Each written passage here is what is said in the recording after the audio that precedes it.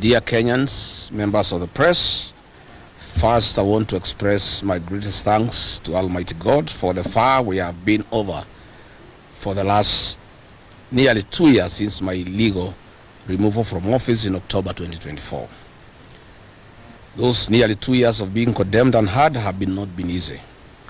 We have had an opportunity before a 3-judge bench of the High Court, whose unfavorable decision is now out, but the fight is still on. To my family, Reverend Dorcas Rigadhi, my sons Kevin and Keith, I thank you most sincerely for standing with me all through. To the millions of Kenyans who have stood with me in solidarity, I say thank you, and I'm greatly indebted to you. To my legal team led by Senior Counsel Honorable Paul Moite, I want to sincerely thank you for your great representation. Your strategy, professionalism, and dedication made all the difference. I also thank the several independent counsels who litigated various petitions on this on behalf of Kenyans. I'm incredibly grateful to have had you on my side and the side of Kenyans. To the millions of Kenyans who believed in me, stood with me every step of the way, I cannot thank you enough.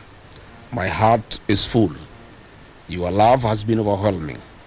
To my core principals, Honorable Stephen Kalonzo Musyoka and Eugene Wamalwa, before, during, and after the impeachment, you have been with me every step of the way. To my core principals of the United Alternative Government, you have been a family to me. To the senators and MPs from across board who stood with me, you were harassed, intimidated, but refused to succumb to bribery. May God bless you. The journey has just begun. To the innocent civil servants, including gardeners, cleaners, tea girls, office messengers, who suffered the brunt of this regime, you are harassed, intimidated, threatened, and embarrassed. Justice will be served one day. This ruling was about you. I know it still pains you, but I thank you very much for standing with me and my family all along. May God bless you and your families most sincerely. We stand here today with tremendous respect to the judiciary of our country. While we respect the ruling of the High Court, we totally and fundamentally disagree on the interpretation of the law and application of facts. The long-standing legal principle of natural justice and the right to a fair hearing has been trashed and ignored in broad daylight. What a sad day for those whom have undergone this in the past and those who face the same in future. We shall proceed to file an appeal at the Court of Appeal on the decision and hope that justice shall prevail. The framers of the Constitution provided for an appellate and Supreme Court. We believe we shall fight to get justice one day. Dear great people of Kenya, just like the millions of you, I'm shocked by the 350-page decision of the 3-judge bench of the High Court of Kenya, pronouncing itself and holding that my right to fair hearing under Article 50 of the Constitution was violated, and then ironically purporting to uphold the impeachment.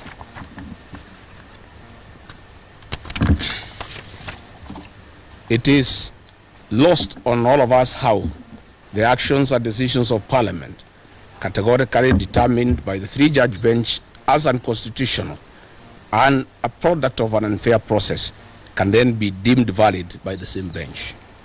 Those contradictions are an abuse to the intelligence of the people of Kenya who are following the process and the judgment many hours on.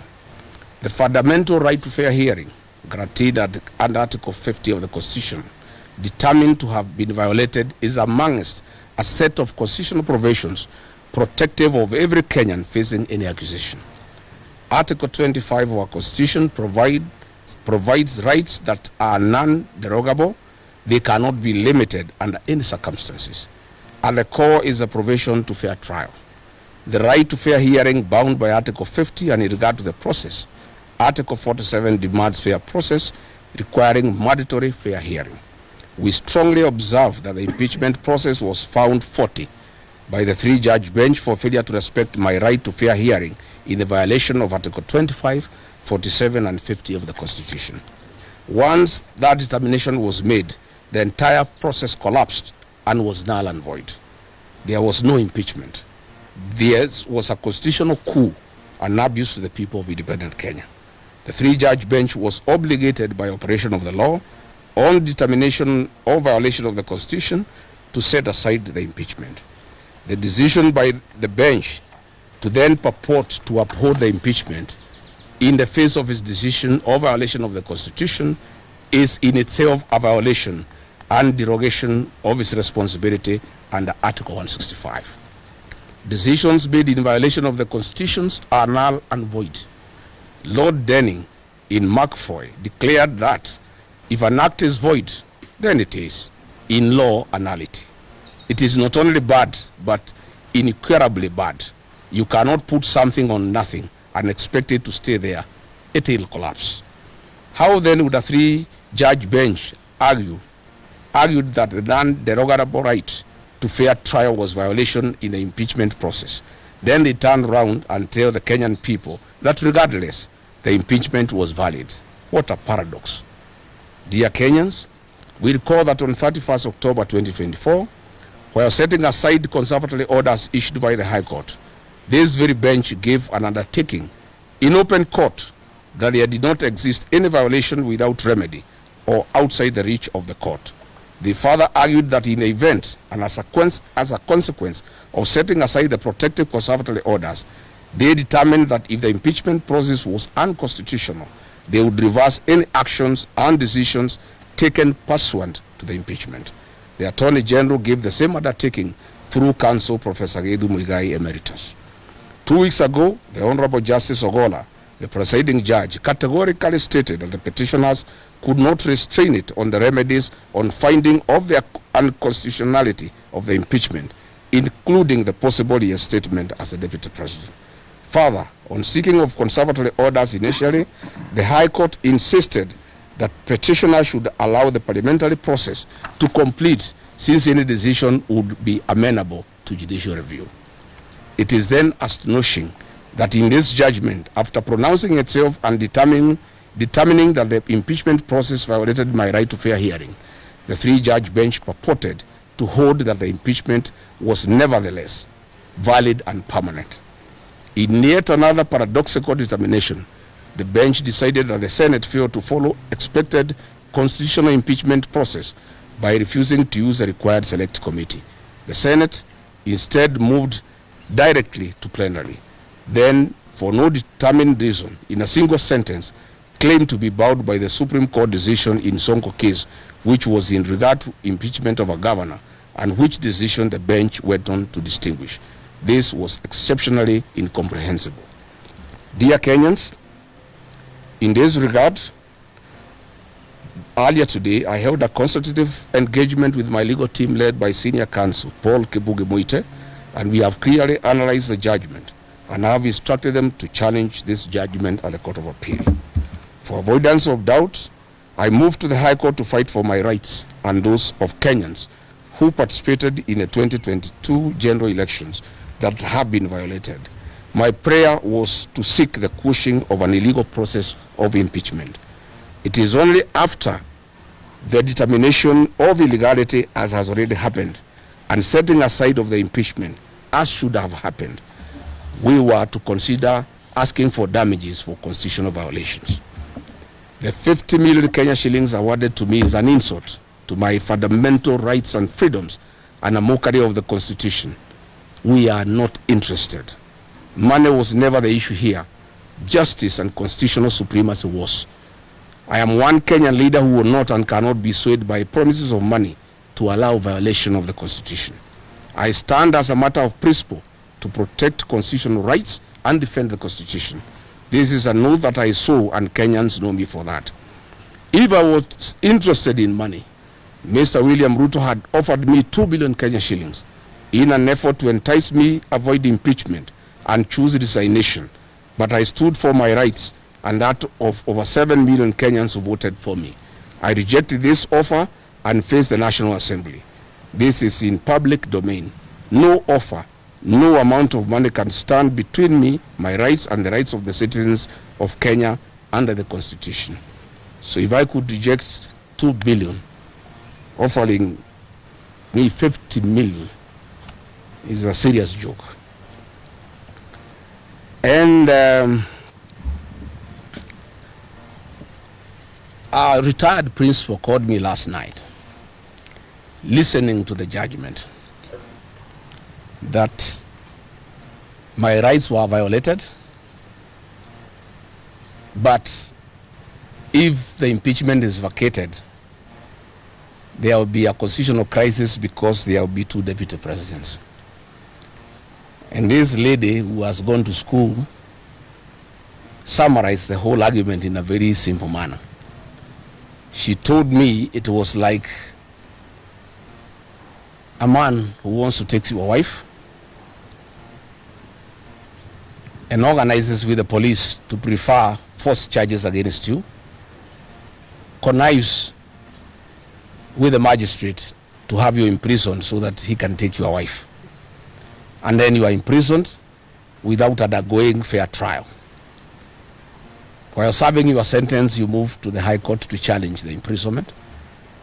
And the judge of the High Court comes to the conclusion that the imprisonment was unfair, it was wrong, because he was not given fair hearing. Then the judge goes to pronounce that he is unable to release the prisoner because in his absence, his wife was married by another man. And if he releases that man to go back home, there will be a crisis in the village because there will be 2 husbands. And then he tells the prisoner, let me look for some little money to give you, continue staying in prison so that the men who took your wife can continue enjoying in your matrimonial home. Fellow Kenyans, my supporters and Kenyans from across the country have reached out to me. They are enraged, bitter, and apprehensive about the false narratives being spread by the state that I'm ineligible to run for office as President of the Republic of Kenya. This is a desperate and false propaganda by those terrified of my candidature. William Ruto knows Rigadhi Gachagua is the man to send him home. And those around him are terrified of my candidature. That is why we had this very, very embarrassing judgment yesterday of finding that my right to fair trial was violated, but then the impeachment cannot be lifted. This is a desperate and false propaganda by those terrified of my candidature. Article 99, Sub-Article 3 of our Constitution provides, in clear and ambiguous terms, that no person shall be barred from vying as a candidate in any election unless and until all avenues of appeal are exhausted. This erroneous judgment of the bench previously determined by the Court of Appeal have been unlawfully empaneled has taken nearly 2 years. And that was just the initial stage of the appellate process. I will be vindicated by the Court of Appeal, hopefully, once again, with a further protection at the Supreme Court still in my hand.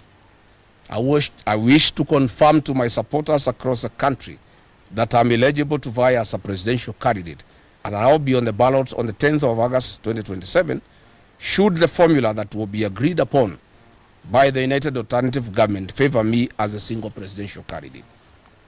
When I was hounded out of office in October 2024, I retreated to my village in Wamonyoro and held consultative engagements with the people of Kenya for 4 months, including men, women, millennials, Gen Zs, the clergy, lay Christians, professionals, business people, retired civil servants, and opinion leaders.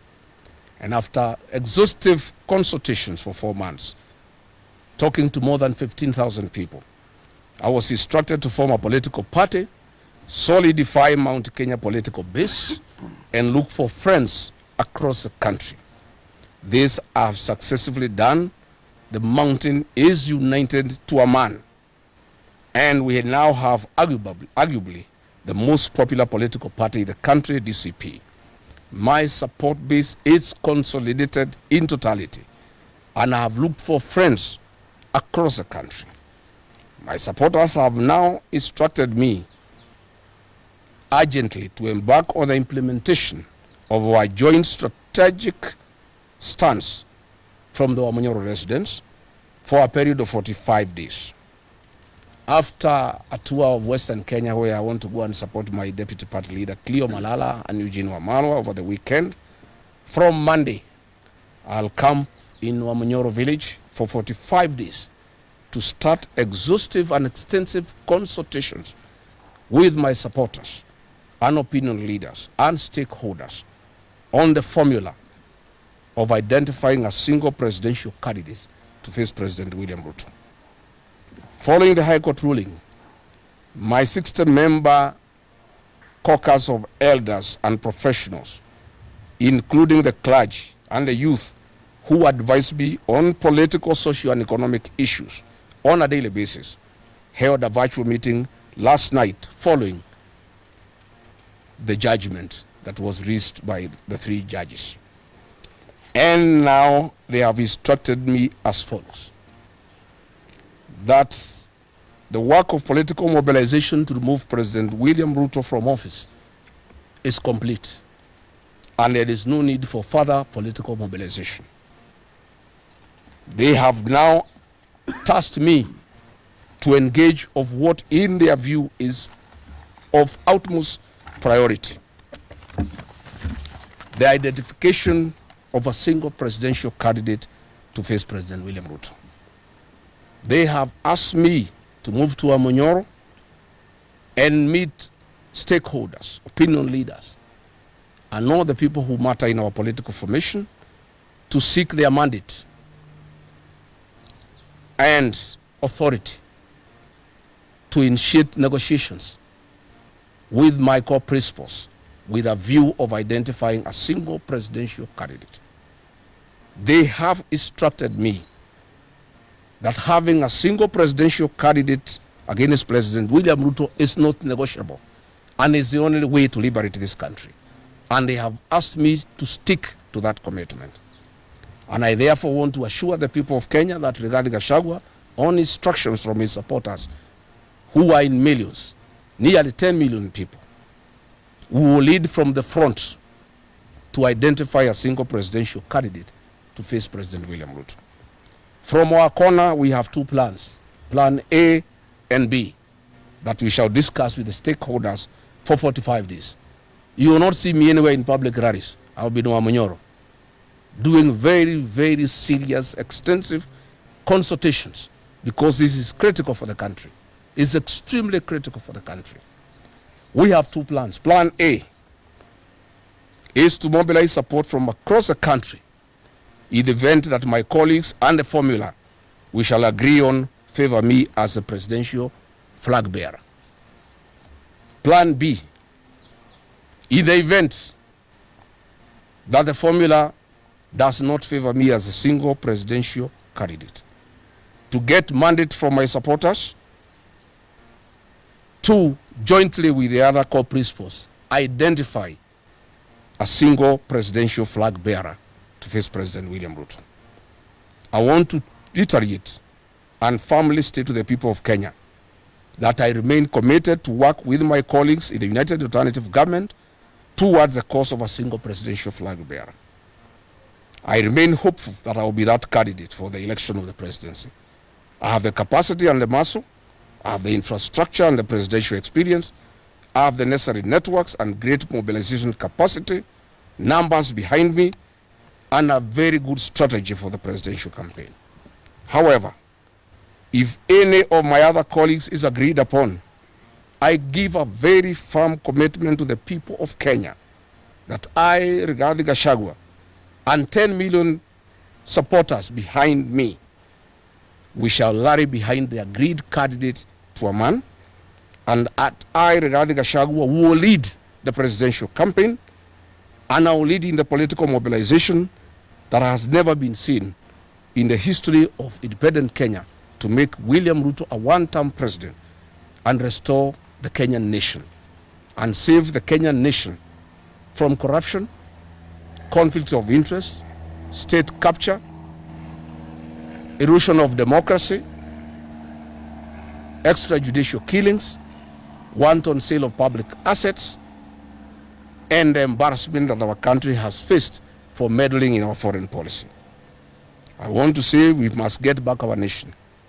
I want to say that Kenyans have lost far too much to be quantified, and we cannot lose more.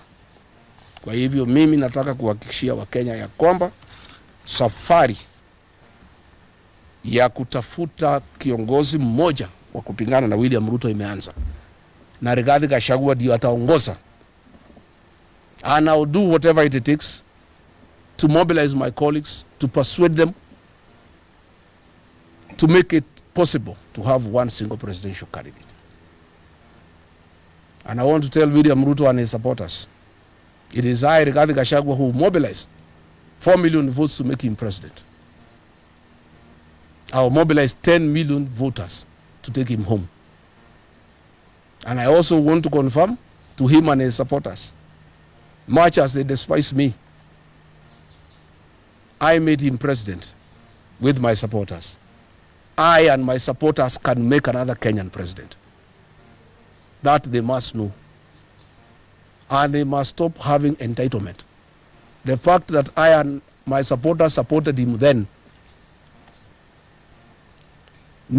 gives me no obligation to feel ashamed that we shall not vote for him. I want to confirm that if I'm not the flag bearer, I and my supporters will support another Kenyan. And I am committed.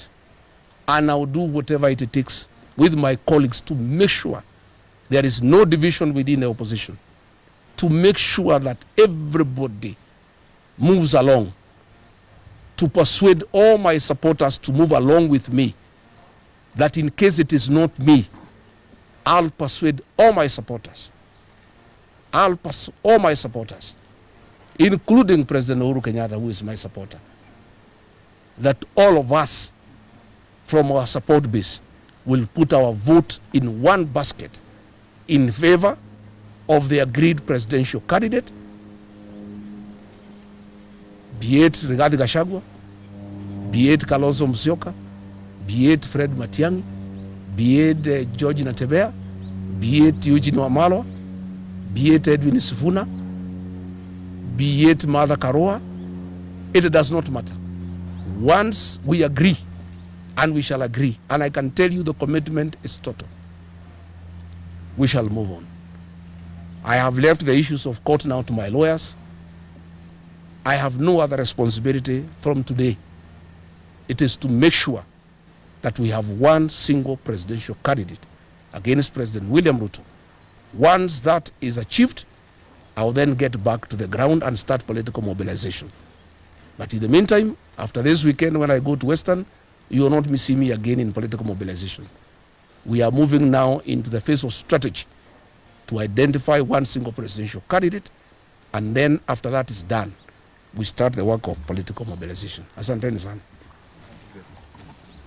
Hakuna maswali. Nafikiri is very clear. Yeah, bana. It's very clear. It's clear. It's clear.